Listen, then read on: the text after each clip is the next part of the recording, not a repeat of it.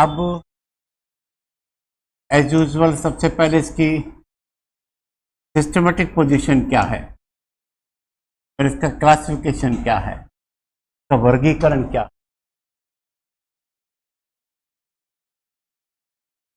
तो किंगडम से शुरू करो। किंगडम तो एनिमेलिया हो ही गया।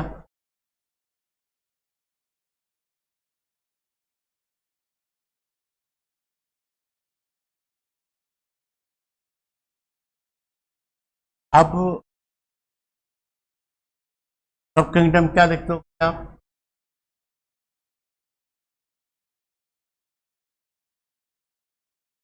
किंगडम छोड़ो, फाइलम दे दो। फाइलम और डेटा।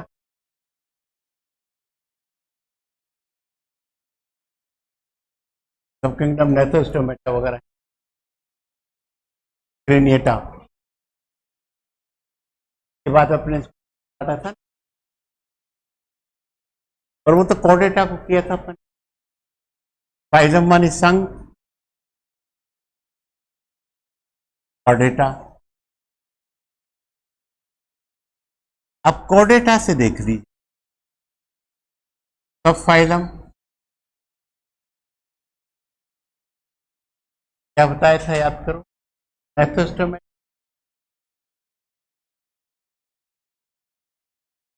मैंने इसको डिवीजन दिया था पहले तो दो में, एक्रेनेटा और क्रेनिएटा। एक्रेनेटा की दो सब फाइलम, एक यूरोकॉर्डेटा, दूसरा प्रोकॉर्डेटा। और क्रेनिएटा के दो सब फाइलम, एक तो एनेथोस्टोमेटा, दूसरा नेथोस्ट नेथो।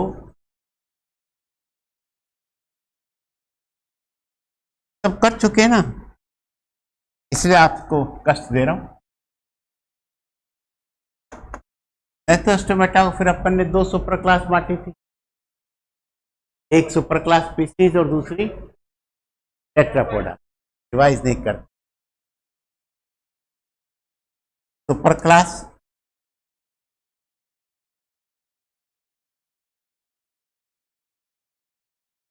टेट्रापोडा के बाद आएगी क्लास मैमेलिया।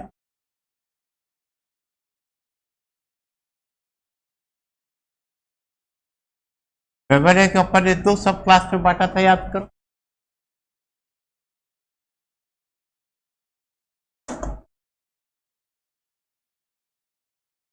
सब क्लास भूल गए तो जल्दी भूले। थीरिया, और थीरिया को फिर अपन ने दो इंफ्रा क्लास में बांटा था। मैंने सोचा कि मैं फटाफट लिख दूंगा, आप बोलते जाओगे। इंफ्रा क्लास क्या थी? यूथीरिया।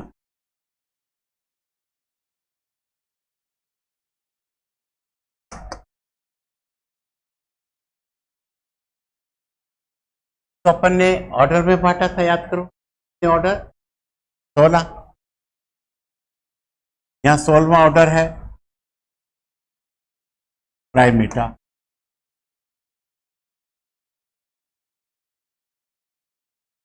ऑर्डर के बाद फैमिली। फैमिली है होमिनिडी, पहली बार लिख रहे हैं होमिनिडी।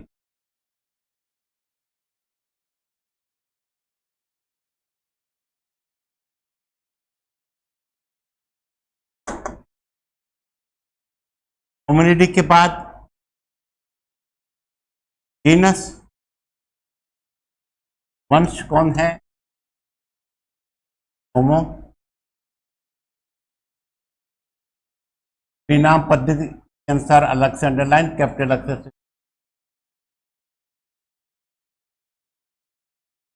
प्रजाति सेपियंस, एस छोटा अलग से अंडरलाइन।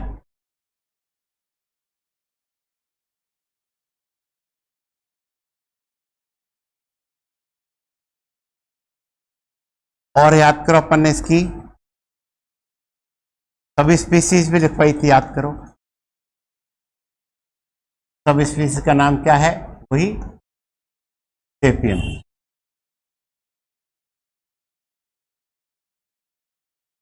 तो पूरा वैज्ञानिक नाम हो गया होमो सेपियंस सेपियंस।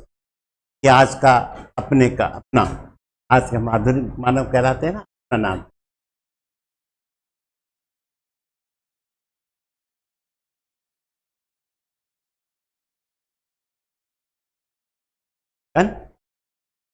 क्या नीचे लाऊं? हो तो क्या पता कहाँ अटक गए।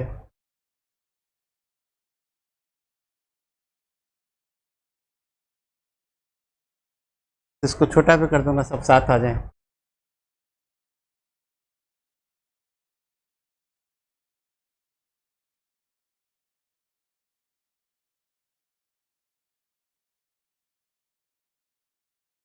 ये अपना सिस्टमेटिक पोजीशन कहलाता है। बनी वर्गीकरण में आपकी स्थिति क्या है, ये पूरा आ गया। ऐसा सिलेबस में नहीं दे रखा है, सिलेबस में सीधा ही इंटीग्रेटेड सिस्टम है, पर ये सब जरूरी है करना। डन?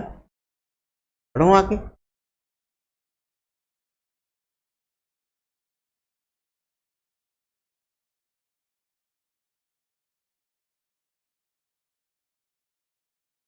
अब बहुत सारी चीजें सुनने की हैं, तो सबको पता है। मनुष्य के बारे में क्या बताऊं? हैबिट एंड हैबिटेट,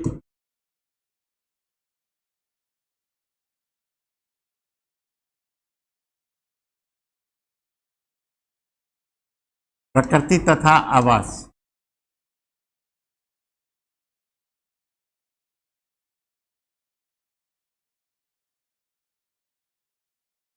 तो क्या लिखोगे? वैसे ही सुन लो। ऐसी कोई जगह है जहां मनुष्य नहीं है? तो ऐसे प्राणी को क्या कहते हो बच्चों? सर्वव्यापी। तो मनुष्य कैसा है? सर्वव्यापी। और पहले तो कैसा था? नोमिड। शुरू में मनुष्य कैसा था? नोमिड। नोमिड का मानी खानाबदोश, जिसका कोई निश्चित स्थान नहीं था। खानाबदोश, नोमिड। आवाज आ रही है ना? पर अब कैसा हो गया? अब वो परिवार और समाज बनाकर है। ये चाहे लिख लो। पहले मनुष्य खानाबदोश था। अर्लियर ह्यूमन बींग्स वर नोमिड, खानाबदोश था। लेकिन अब यह परिवार तथा समाज बनाकर रहता है। Now it forms family and society.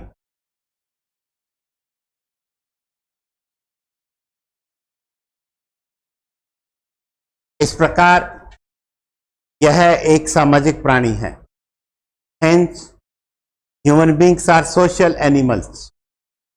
Animal ही कह रहा हूं, हम भी एनिमल बेसिकली सामाजिक प्राणी है। Next point. और प्रकृति आवास क्या है? तो प्रकृति ने तो इसको सर्वाहारी बनाया है। अब आपकी व्यक्तिगत चॉइस, अब क्या खाओगे या नहीं खाओ। पर अगर आप सर्वाहारी नहीं हो तो बहुत सारे पोषक तत्वों की शरीर में कमी हो जाएगी। हमारा आहार नाल, हमारा पाचन तंत्र, हमारे शरीर की बनावट, प्रकृति ने कहो या ईश्वर ने कहो, प्रकृति ईश्वर एक ही चीज, वो सर्वाहारी के हिसाब से बना। देखिए, भोजन की दृष्टि से मनुष्य सर्वाहारी होता है। Concern to food, concern to diet, human beings are omnivorous, सर्वाहारी होता है। अब क्योंकि सर्वाहारी के बिना आप जिंदा नहीं रह सकते थे, तो क्योंकि सबसे बुद्धिमान तो अपन ही है पृथ्वी पर, तो अपने क्या क्या धीरे धीरे एनिमल प्रोडक्ट्स को भी सर्वाहार उसमें शाकाहारी में इंक्लूड कर लिया। जैसे दूध, दूध इज एन एनिमल प्रोडक्ट, देखा है तो कार्निवोरस हो गया, तो मैंने परिभाषा लिखवाई थी ना, तब शाकाहारी का भाग बन गया, इससे अपना काम चल जाता है। अब आजकल कम चलता है, बीमार ज्यादा रहते हैं क्योंकि शुद्ध दूध नहीं मिलता, कोई सिंथेटिक दूध 40% सरस डेयरी का, लाइक दैट। एनी हाउ, तो उससे काम चल जाएगा। अब धीरे धीरे अपन और परिवर्तित होते जा रहे हैं। बहुत सारे लोग अंडे को भी शाकाहारी में इंक्लूड कर लिया, तो भाई इसमें जीव ही नहीं है। तो पोल्ट्री फार्म का अंडा है अनफर्टिलाइज्ड। पोल्ट्री फार्म का अंडा कैसा होता है? अनिषेचित। क्वेश्चन आया हुआ है, अनिषेचित, तो जीव नहीं है, इससे प्राणी नहीं बनेगा। तो मार्केट में जो अंडे मिलते हैं उनसे कोई मुर्गी चूजे थोड़ी बनेंगे, बहुत महंगा बिकता है। अगर ये 6 रुपए का तो वो बिकेगा 150 रुपए का, 100 रुपए का। जैसे हम प्रयोगशाला लैब में मंगाते थे कॉलेज में, यूनिवर्सिटी में, उस समय 100 रुपये मांग लेते थे वो फर्टिलाइजर, और कम से कम 100 देंगे, 200 देंगे, 100 रुपये चाहिए। हाँ बेटा, तो उसका कारण क्या था कि उससे चूजा निकलेगा। प्रयोग में तो हमें फर्टिलाइज निषेचित अंडा चाहिए, क्योंकि पूरा विकास दिखाना है, मुर्गी का विकास कैसे हुआ, किन चरणों में कैसे कैसे होता चला गया। और अदरवाइज ये जो है सारे अनफर्टिलाइज्ड एग हैं, इनसे जीव का या प्राणी का निर्माण नहीं होगा। तो ये भी अब धीरे धीरे किस डाइट में आ गए? शाकाहारी डाइट में शुरू होते। खैर, अब ये तो अलग परिभाषा। और क्या प्रकृति है मनुष्य की, ह्यूमन बींग्स की, और क्या आदत है? अब आजकल तो लोग 2 बजे तक जागते हैं, 3 बजे तक जागते हैं, पर प्रकृति ने आपको बनाया है दिनचर। लिखिए, मनुष्य दिनचर प्राणी है। Human beings are diurnal. दिनचर प्राणी है। अगर आप रात को जागोगे तो आपकी जैविक घड़ी असंतुलित हो जाए, आपकी बायोलॉजिकल क्लॉक जो है इम्बैलेंस हो जाए। आगे जब एंडोक्राइन सिस्टम पढ़ाऊंगा तो बताऊंगा कि अपनी पिनियल बॉडी है जो बायोलॉजिकल क्लॉक का काम, जैविक घड़ी का काम। अब शुरू में एहसास नहीं होता, या आप यूथ हो या अदरवाइज लॉन्ग रन में जाकर अगर बायोलॉजिकल क्लॉक डिस्टर्ब हो गई ना, तो it's very difficult to balance it. इसलिए बहुत लेट नाइट तक आपको वर्क नहीं, निश्चित मानिए। हाँ, अगर आपको यह है कि भाई तो आप जल्दी सो जाओ, जल्दी उठ जाओ, सुबह 4 बजे 5 बजे पढ़ना शुरू करो ना। कि हम रात्रिचर क्यों बनना चाहते हैं? जब प्रकृति ने हमको रात्रिचर बनाया नहीं है तो क्यों उन लोग की तरह जगते हैं? Like that. Owl is nocturnal, तो हम दिनचर प्राणी हैं। आपकी बायोलॉजिकल क्लॉक उसी हिसाब से सेट है, इसलिए मनुष्य कैसा है? दिनचर प्राणी। ये मैं स्पेशली बता रहा हूं कि आजकल एक फैशन चल गया कि लेट नाइट तक जगना, नींद नहीं आती। अब नींद तो लोगे जब आएगी ना। अपने गैजेट्स को अलग करो, मोबाइल को दूर पटको, नाम नींद आ जाएगी। 10 मिनट नहीं 20 मिनट में आ जाएगी। पर अगर मोबाइल पास रहेगा तो देखते रहोगे, फिर तो नींद उठ जाएगी, बायोलॉजी तो खराब हो जाएगी। तो ये स्पेशली ध्यान रखना है कि हम कैसे हैं, सर्वाहारी और दिनचर। ये है। इसके बाद मैंने एक क्वेश्चन पूछा था, याद हो तो, प्राय वो प्रश्न है कि कबूतर और मनुष्य में क्या समानता है? द्विपादी गमन। तो मनुष्य कैसा है? मनुष्य में द्विपादी गमन पाया जाता है। मनुष्य में द्विपादी गमन पाया जाता है। Human beings exhibit bipedal locomotion, द्विपादी गमन पाया जाता है, बाइपीडल लोकोमोशन। और कल ही मैंने आपको प्राइमेटा के लक्षण लिखवाए थे। गमन की दृष्टि से हम कैसे हैं?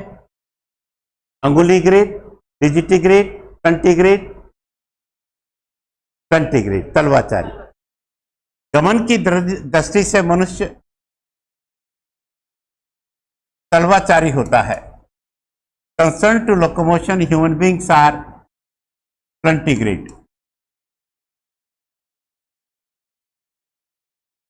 कमल की दृष्टि से मनुष्य तलवाचारी होता है, अर्थात ये तलवों के सहारे गमन करता है, तलवों के सहारे गमन करता है।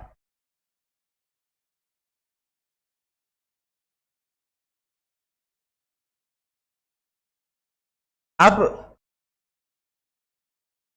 आई एम सॉरी, बेसिकली प्रकृति ने तो आपको मोनोगेमस बनाया है मनुष्यों। तो सामान्यतः मनुष्य मोनोगेमस होता है। Normally human beings are monogamous, माने एक मादा से संपर्क रखना। मोनोगेमस माने एक मादा से।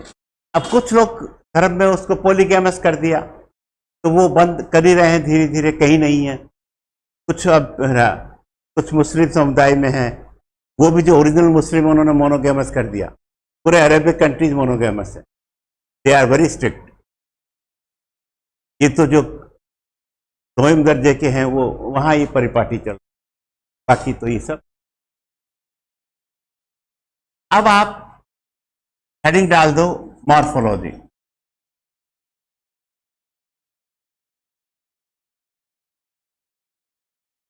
बाह्य संरचना। अब इसमें भी वैसे जनरल बता देता हूं, कोई विशेष बात तो है नहीं, क्योंकि प्राइमेटा के लक्षण कल मैंने लिखवाए ही हैं। भाई सबसे बड़ी मनुष्य की बात क्या है जो क्वेश्चन दे सकता है? हमारे यहां इरेक्ट बॉडी पोस्चर पाया जाता है। अच्छा क्वेश्चन है। शरीर की सीधी भंगिमा,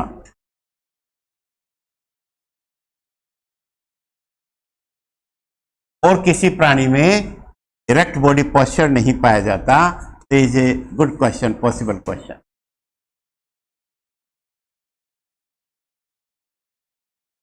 अब कल मैंने बताया था प्राइमेटा में ही थोड़ी स्पष्ट होती है चिन्ह है, पर सबसे ज्यादा स्पष्ट चिन्ह कहाँ है? अपना यहाँ। तो अपना जो चेहरा है वो स्ट्रेट है और चौड़ा ललाट लिख चुके थे। तो देखिए मनुष्यों का चेहरा सीधा होता है, they have straight face, straight face.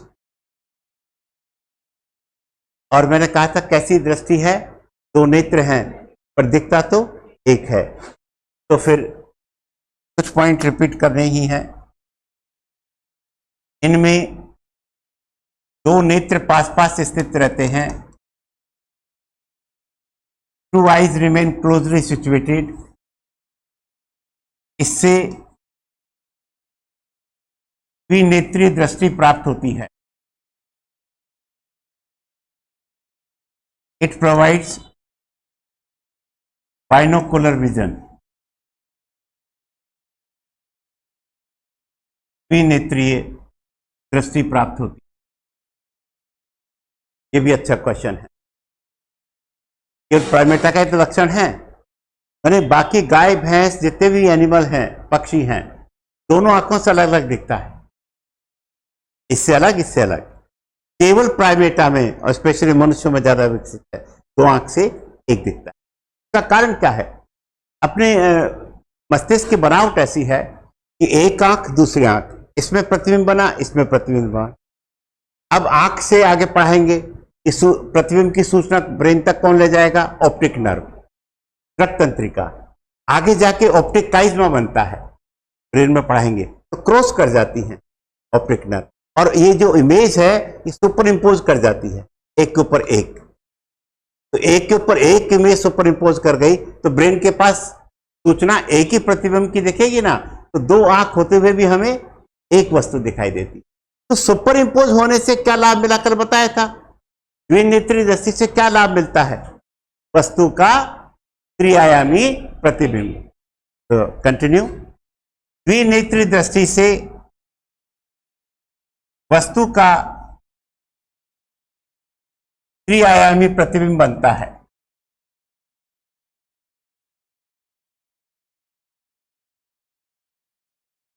Binocular vision results in three-dimensional image of the object. Three-dimensional image of the object.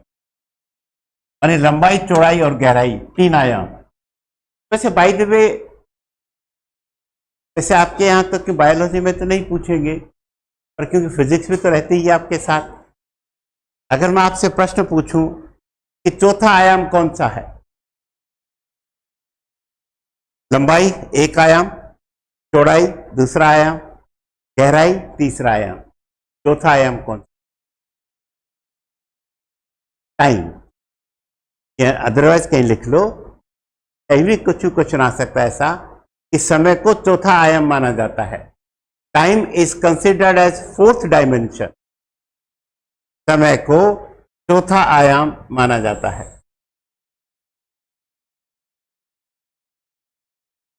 और क्या विशेषता है भाई? अपना सिर है, गर्दन की सहायता से धड़ से जुड़ा है, और मूवमेंट कैसा है? All direction, left, right, front, back, rotation, all types of movement. तो लिखिएगा, head is attached to trunk with the help of neck. सिर गर्दन की सहायता से धड़ से जुड़ा रहता है।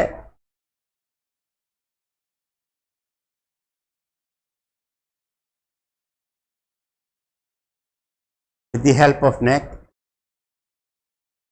सिर का सभी दिशाओं में गति संभव है। Head movement is possible in all direction. सिर का सभी दिशाओं में गति संभव है। और याद करो, अधिकतम कितना मूवमेंट बताया था? 90। 90 से ज्यादा नहीं है अपनी गर्दन, बाकी तो ऐसे आना पड़ेगा या पीछे घूमना पड़ेगा। 90 से ज्यादा मूवमेंट। Next point. अब अपना जो धड़ है दो भागों में बटा, याद करो, वक्ष और उदर। देखिए, मनुष्य का धड़ वक्ष तथा उदर में बटा रहता है। Human trunk is divisible into thorax and abdomen.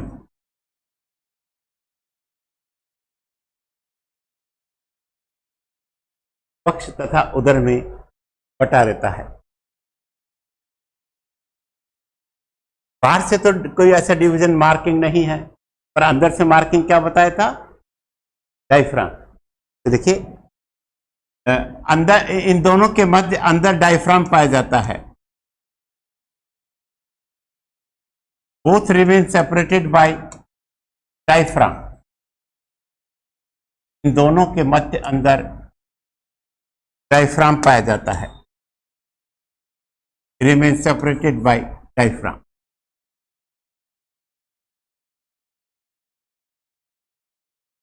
Next point. मनुष्यों में वक्षीय स्तन ग्रंथियां पाई जाती हैं।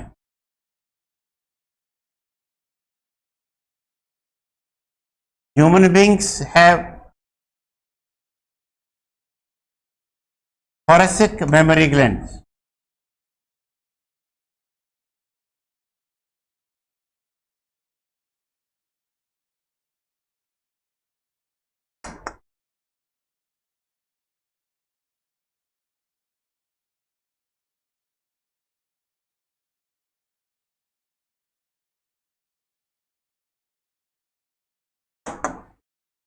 इन स्तन ग्रंथियों में स्पष्ट चूचक पाए जाते हैं। The mammary glands are provided with distinct teats. स्पष्ट चूचक पाए जाते हैं।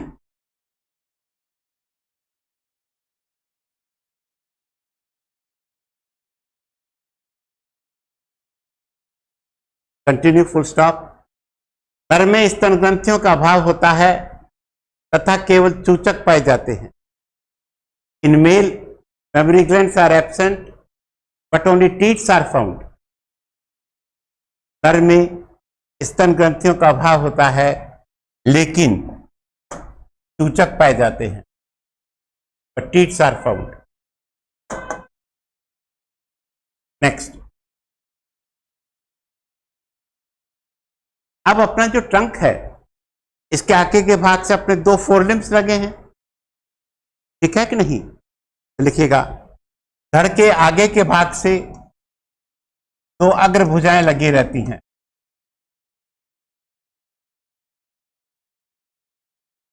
टू फोरलिम्स आर अटैच्ड मूवेबली, गतिशील अवस्था में, गतिशील अवस्था में लगी रहती है। धड़ के अग्रभाग से दो अग्रभुजाएं गतिशील अवस्था में लगी रहती हैं। Two limbs are attached movably. प्रत्येक भुजा के कौन कौन से भाग हैं? प्रत्येक भुजा में each arm consist of upper arm, each limb कर दो, each limb consist of upper arm, four arm, wrist and hand. प्रत्येक अग्र भुजा में ऊपरी बाहु, कौमा, अग्रबाहु, कलाई तथा हाथ पाए जाते हैं।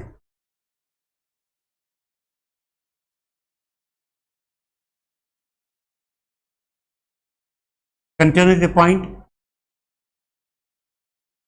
Human hand is pentadactylous. मनुष्यों का हाथ पंच उंगली युक्त होता है, यानी 5 उंगलियां पाई जाती हैं, तो पेंटाडेक्टाइलस कहते हैं। हाथ के अंगूठे को पोलेक्स कहते हैं। The thumb of hand is called as pollex. हाथ के अंगूठे को पोलेक्स कहते हैं। याद करो, ये पोलेक्स कैसा है? अपोजेबल। देखिएगा, यह अंगूठा अपोजेबल होता है, ये तो विशेष बात है। The thumb is opposable। परी अंगुलियों के विपरीत मिलता है ना अंगूठा, इसको अपोजेबल कहते हैं, तभी तो पकड़ना ग्रास्पिंग संभव हुआ। Okay,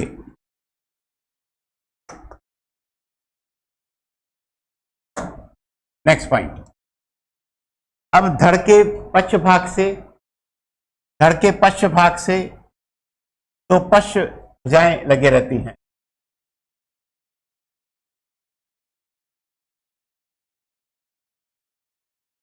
The posterior part of trunk is attached with two hind limbs. Attached with two hind limbs, जिनको legs कहते हैं, which are called as legs, जिनको टांगे कहते हैं। अपने यहाँ पश्च कहने के बाद टांगे कहते हैं, legs कहते हैं। अब प्रत्येक टांग में निम्नलिखित भाग पाए जाते हैं। Each leg consist of following parts. प्रत्येक टांग में निम्नलिखित भाग पाए जाते हैं। पहला थाई टांग, दूसरा टैंक जंघा, तीसरा एंकल टकना,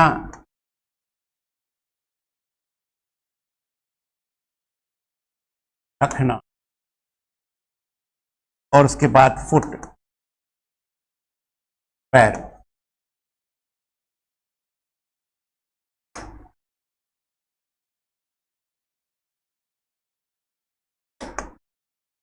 अब पैर के नीचे का भाग तलवा, तब तो तलवाचारी हुए अपन।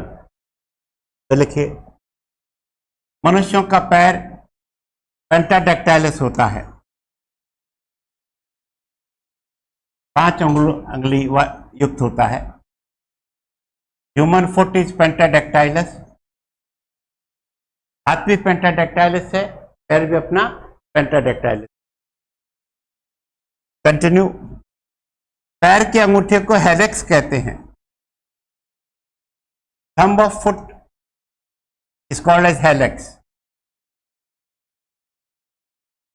हेलेक्स कहते हैं। अब ये जो हेलेक्स है ये अपोजेबल नहीं होता। This helix is not opposable, यह हेलेक्स अपोजेबल नहीं होता। मनुष्य की बात कर रहे हैं, बंदरों में तो है पर मनुष्य में यह अपोजेबल नहीं होता।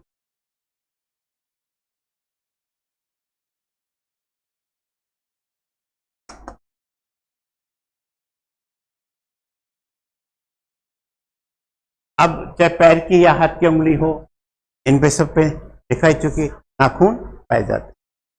अंगुलियों के सिरों पर, नेक्स्ट पॉइंट, नाखून लगे रहते हैं। Tips of the fingers are attached with nails. ये भी प्राइमेट्स का लक्षण बताया था, याद हो तो, नाखून।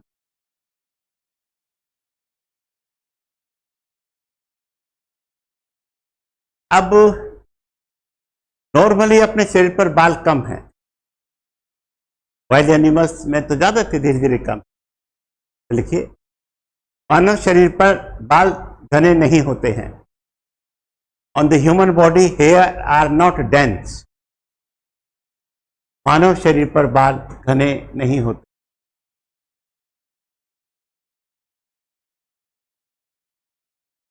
ये तो रहा, बहुत है मॉर्फोलॉजी का, किताब को पता है।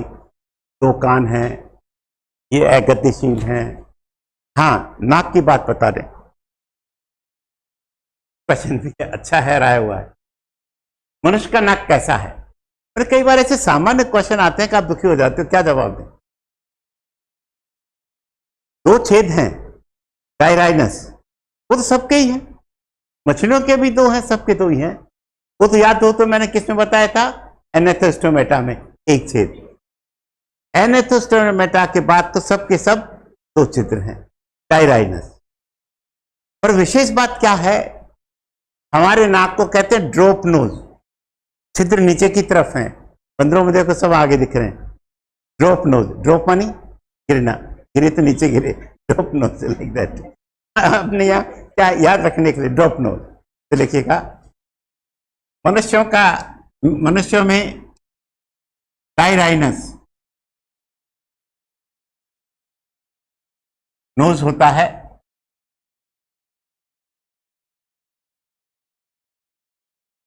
गायराइनस,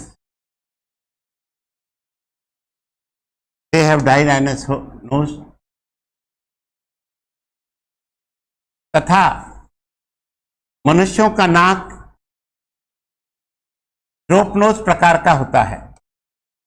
हिंदी भी ये लिख दो, ड्रॉप नोज प्रकार का होता है। And human nose is of drop nose type. अपने साथ के जो जितने भी हैं संबंधी, चिंपैंजी, ओरंगुटान, गोरिल्ला कल बताए थे, उनके सम के फ्रंट हैं अपने कैसे हैं? Drop nose. ये मनुष्य का विकसित लक्षण है।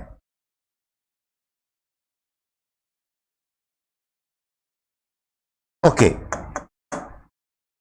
अब आप एक एक सिस्टम लेते जाएं।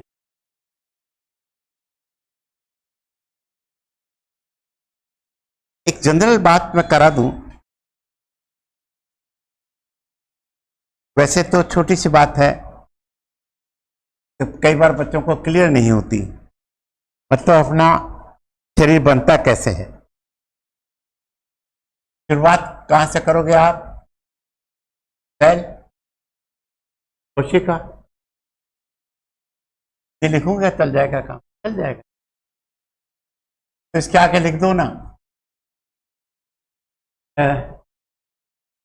ये लेफ्ट में लिखना, राइट में जगह छोड़ो, लेफ्ट साइड से लिखो सेल। सेल के आगे लिखो शरीर की संरचनात्मक तथा क्रियात्मक इकाई, structural and functional unit of body. मैंने बेसिक्स क्लियर करना ज्यादा उचित समझ। शरीर की संरचनात्मक तथा क्रियात्मक। अगर बेसिक्स याद हो गए तो बहुत कुछ आप मास्टर हो जाए। अब सेल्स के बाद आता है टिश्यू, ऊतक।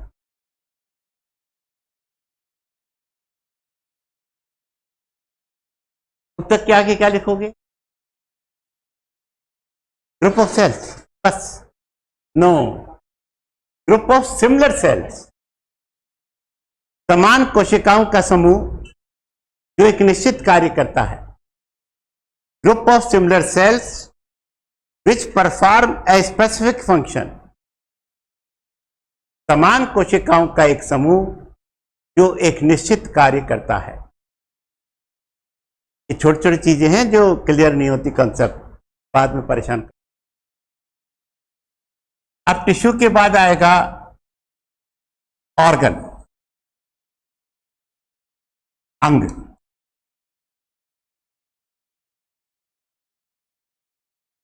अंग के आगे क्या लिखोगे? विभिन्न ऊतकों का एक समूह जो एक निश्चित कार्य करता है। मैंने अंग में एक तरह के ऊतक नहीं होते, कई तरह के ऊतक होते हैं।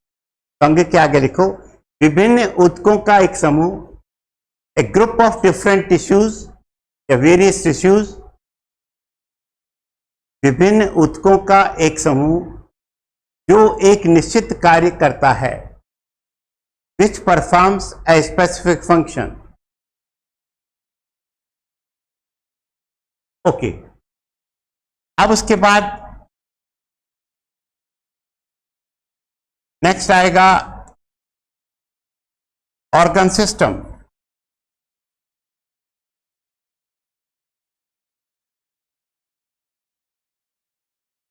अंगतंत्र।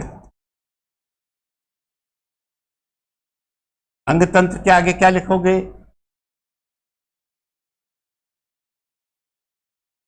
विभिन्न अंगों का एक समूह जो एक निश्चित कार्य करता है, a group of different organs which perform a specific function, विभिन्न अंगों का एक समूह जो एक निश्चित कार्य करता है,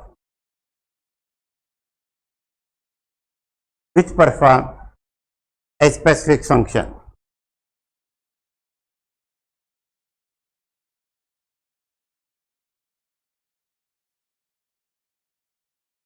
लास्टली बॉडी, शरीर, किसी का भी प्राणी। शरीर के आगे लिखो a group of various organ systems, विभिन्न अंग तंत्रों का एक समूह, विभिन्न अंग तंत्रों का एक समूह। अब स्कूल में छोटे बच्चों को जाकर इस तरह से समझा दोगे तो दिमाग में सेट हो जाएगा। अब किसी भी प्राणी का शरीर हो, उसका निर्माण ऐसे ही होगा। अब मनुष्य है, अपने बहुत सारे ऑर्गन सिस्टम हैं, integumentary system, respiratory system, blood vascular system, digestive system, integumentary sense organ, sensory system, reproductive system, skeletal system, endocrine system, nervous system, सारे सिस्टम। अब जैसे उदाहरण के लिए अपन ले लीजिए पाचन तंत्र, डाइजेस्टिव सिस्टम। तो डाइजेस्टिव सिस्टम में मेन कौन है? आहार नाल। तो आहार नाल तो बहुत सारे अंगों की बनी है कि नहीं? तो पढ़ाएंगे जब सबसे पहले कौन आएगा? माउथ। माउथ के बाद बकल कैविटी, बकल कैविटी के बाद फेनिक्स, ग्रसनी। ग्रसनी किसमें खुलेगी? ग्रसनी का इसोफेगस। इसोफेगस किसमें खुलेगा? स्टोमक। स्टोमक किसमें खुलेगा? डोडिनम। डोडिनम किसमें खुलेगा? इलियम। इलियम किसमें खुलेगी? कॉलन। कॉलन कहाँ खुलेगा? रेक्टम। Rectum anus. तो बहुत सारे ऑर्गन हो गए कि नहीं? अब उदाहरण के लिए मान लीजिए आ गया आमाशय। ऑर्गन कौन है? तो आमाशय तो बहुत सारे ऊतकों से बना है। उसमें तो वर्तुल पेशियों का परत भी है, अनुलम तिर्यक पेशियों की परत भी है, अनुलम पेशियों की परत भी है, अंदर संयोजी ऊतकों से बना हुआ सब म्यूकोसा भी है, अंदर कोलुमनर एपिथेलियम से बना हुआ म्यूकोसा भी है। तो विभिन्न प्रकार के ऊतक मिलकर क्या बनाते हैं? और ऊतक तो फिर सेल से बने। तो ये तो अपनी बेसिक, ठीक है कि नहीं? अब कई बार ऐसे बेसिक क्वेश्चन आते हैं, विश्वास करिए और बच्चा उसको गलत करके आ जाता है। क्वेश्चन क्या आया, जो संबंध आहार नाल तथा आमाशय का होता है, the relationship of alimentary canal and stomach is similar to cell and tissue, tissue and an organ, organ and organ system and body। तो सही कौन हो गया? आमाशय कौन हो गया? ऑर्गन। और ये एलिमेंट्री कैनाल कौन हो गई? कितने सिंपल क्वेश्चन आ जाते। तो ये अपनी बॉडी का निर्माण क्लियर हो गया। अब एक एक सिस्टम अपन लेंगे, कि डिटेल लेते जाएंगे, इसके बिना तो काम चलेगा नहीं। क्या संभव प्रश्न है, क्या इंपॉर्टेंट बातें हैं।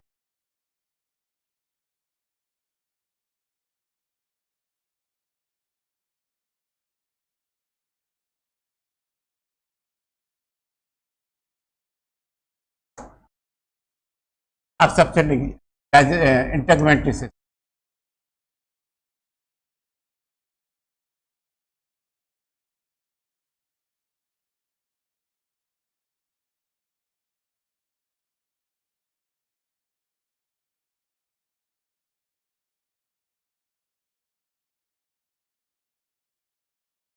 त्वचीय तंत्र,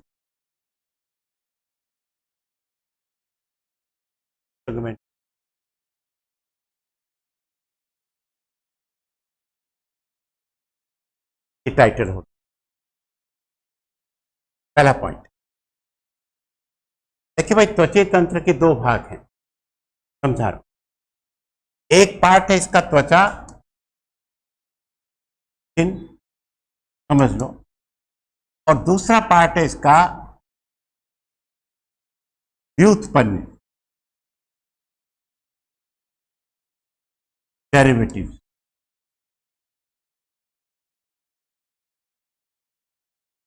अब ये व्युत्पन्न क्या है? व्युत्पन्न वो रचनाएं हैं जो त्वचा से बनती, जैसे बाल, हेयर, रोम, जैसे बहुत सारी ग्लैंड्स अपने यहां मिलती हैं, त्वचीय ग्रंथियां, स्किन ग्लैंड्स, त्वचीय ग्रंथियां, रोम, और अपने त्वचा में बहुत सारे संवेदनांग मिलते हैं। और भाई अपने यहां तो नेल्स हो गए, ये भी तो डेरिवेटिव्स हैं, नाखून। पर दूसरे प्राणियों की बात करें तो सींग आ गया, खुर आ गया, पंजे आ गए, तो सब तो त्वचा से बने हैं। तो मैं जनरल बात करूं तो नेल्स भी आ गया, क्लॉज भी आ गए, और हूव्स भी आ गए, खुर।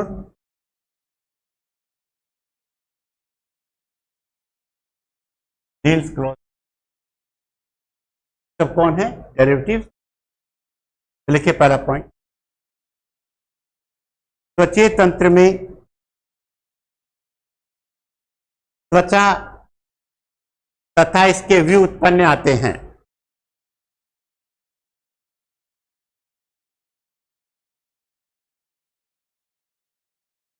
Integumentary system includes skin and its derivative, तथा इसके व्युत्पन्न आते हैं। Continue, full stop. व्युत्पन्न वो रचनाएं हैं जिनका निर्माण त्वचा से होता है। Derivatives are the structures which originate from the skin। व्युत्पन्न वो रचनाएं हैं जिनका निर्माण त्वचा से होता है, सच एज, जैसे, ये लिख लीजिए आप, रोम, त्वचीय ग्रंथियां, संवेदांग, नाखून, hair, skin glands, cutaneous receptors, nails, etcetera.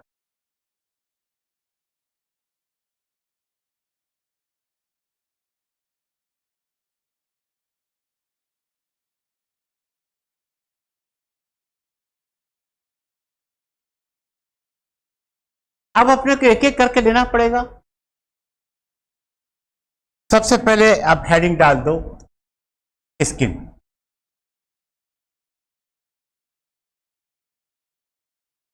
त्वचा।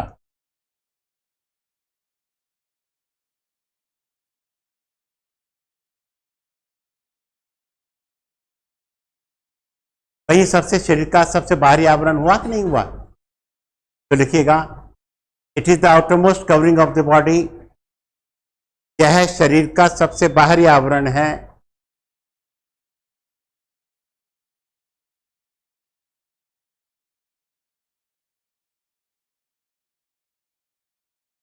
अब फंक्शन में अलग से लिखवा दूंगा। और इसकी विशेष बात क्या है जो क्वेश्चन आया हुआ है? क्वेश्चन आया हुआ है कि शरीर का सबसे बड़ा अंग कौन सा है। तो लोग त्वचा को तो अंग मानते ही नहीं है, तो कभी कोई यकृत करता है, कोई कुछ करता है। फिर स्पेशली लिख दो, यह शरीर का सबसे बड़ा अंग है। It is the largest body organ. शरीर का सबसे बड़ा अंग है, लार्जेस्ट बॉडी ऑर्गन।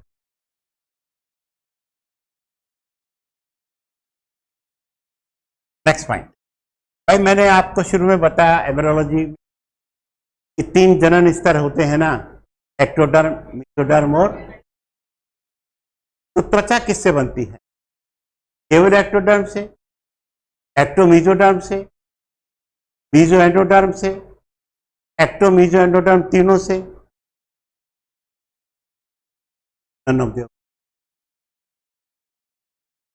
मैंने एक चॉइस रख ली, मैंने एक्टो एंडोडर्म दे देता हूँ, ecto endoderm.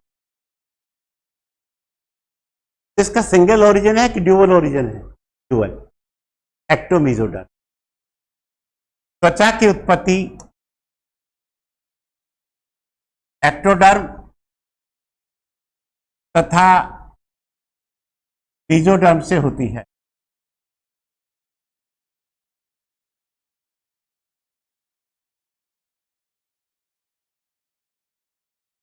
Skin originates from ectoderm and mesoderm.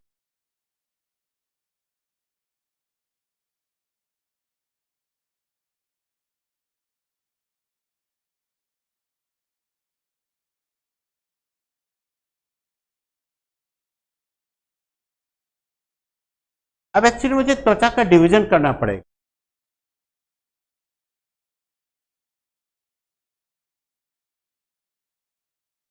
तो मान लीजिए स्किन है। अब स्किन का पहला पार्ट है एपिडर्मिस।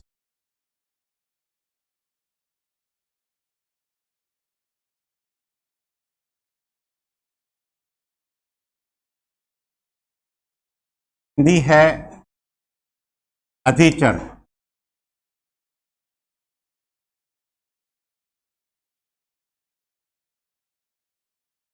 अब इसकी उत्पत्ति किससे हुई?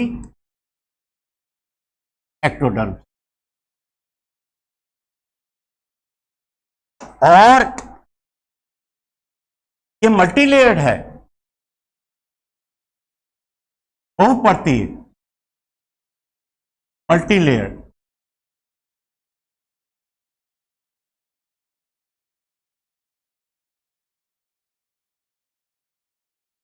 और ये जो बहुपर्तीय हैं, ये 5 प्रकार की लेयर हैं। 5 टाइप्स ऑफ लेयर्स, 5 प्रकार की परतें। इसमें सर्विस नोट करते जाओ। अब मैं नियम सबसे नीचे से चलते, सबसे अंदर की से, क्योंकि निर्माण वहीं से शुरू होता है। तो ये नहीं सबसे बाहर, पहले बाहर को पहला नंबर दे दिया ना। पहला है स्ट्रेटम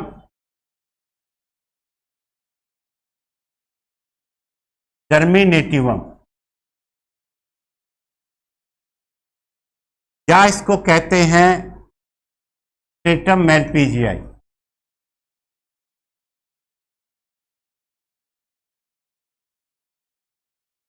ये पहली परत है।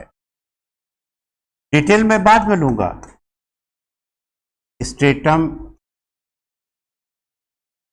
जर्मिनेटिवम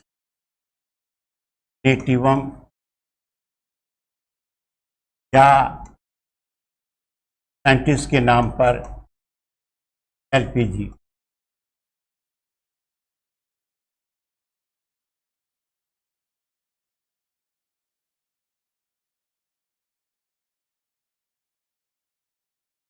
दूसरी परत है इसके ऊपर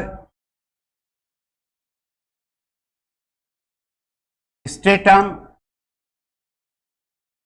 हिंदी वही रह जाएगी स्ट्रेटम।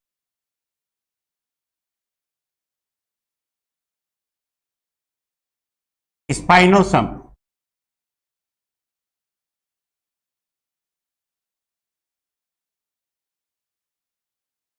Stratum spinosum. तीसरी परत है स्ट्रेटम ग्रेनुलोसम,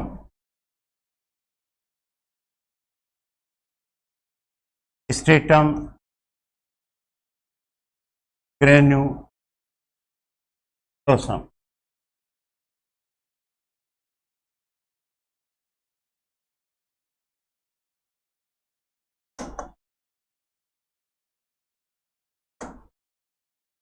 चौथी परत है स्ट्रेटम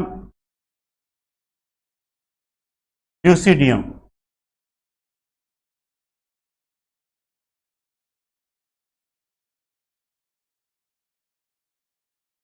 ल्यूसिडियम। पांचवी परत है स्ट्रेटम कॉर्नियम।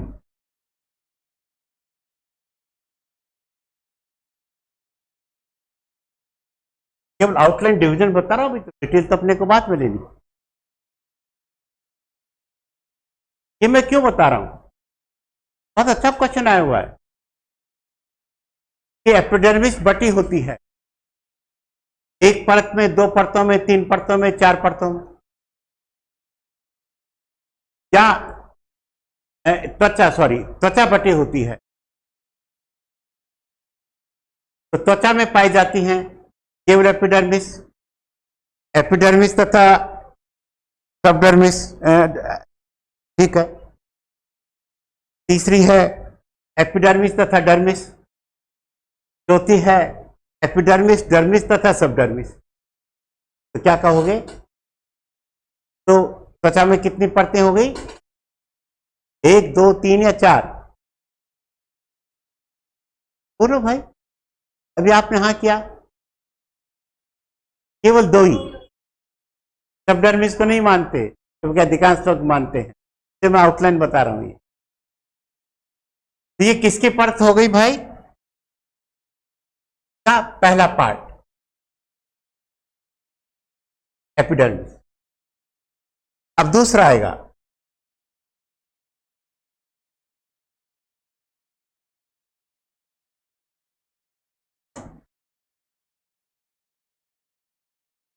दूसरा है डर्मिस, डर्म।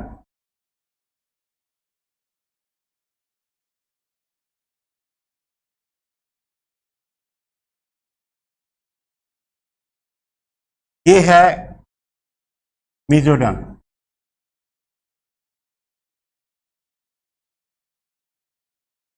डर्मिस कहती थी। अब आप स्पेशली की डिटेल बाद मिलेंगे क्योंकि टाइम इतना नहीं, 4-5 दे दो। ये जो सब डर्मिस है एक्चुअली तो कहते हैं अधोचर्म। ये त्वचा के नीचे स्थित है, no doubt, but it is not a part of, लिखेगा सब डर्मिस त्वचा के नीचे स्थित रहती है। अधोचर्म is situated below the skin, त्वचा के नीचे स्थित रहती है, लेकिन यह त्वचा का भाग नहीं है। But it is not a part of skin, त्वचा का भाग नहीं है।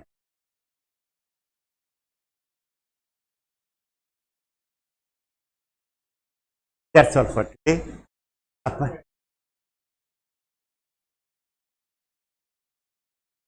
तो ये मैंने पूरा आपका आउटलाइन स्किन का दे दिया। नेक्स्ट क्लास अपन शुरू कर देंगे एपिडर्मिस, किस परत की क्या विशेषता है, क्या क्वेश्चन, डर्मिस का डिवीजन है, बाद अलग से सब डर्मिस का अध्ययन कर लेंगे। तो ये भी दो परतों में बटी है, ये भी दो परतों में। जैसे अब मालूम है कैसे क्वेश्चन आते हैं, हमारी त्वचा शरीर से किसके द्वारा जुड़ी रहती है? और मुश्किल क्वेश्चन, एपिडर्मिस डर्मिस से कैसे जुड़ी रहती है? आप अलग कर सकते हो क्या? बात है। तो ऐसे जनरल क्वेश्चन बड़े गहराई के और सिंपल क्वेश्चन है, पर क्योंकि आप पढ़ नहीं पाते हो, ये तो आना ही चाहिए ना कि हमारी स्किन कैसे जुड़ी है पूरे शरीर से। सबडर्मिस की एक परत है नीचे की, एरियोलर टिश्यू से बनी है, से अपनी बॉडी। ये सब अपन नेक्स्ट क्लास इसको पढ़कर आना है ना।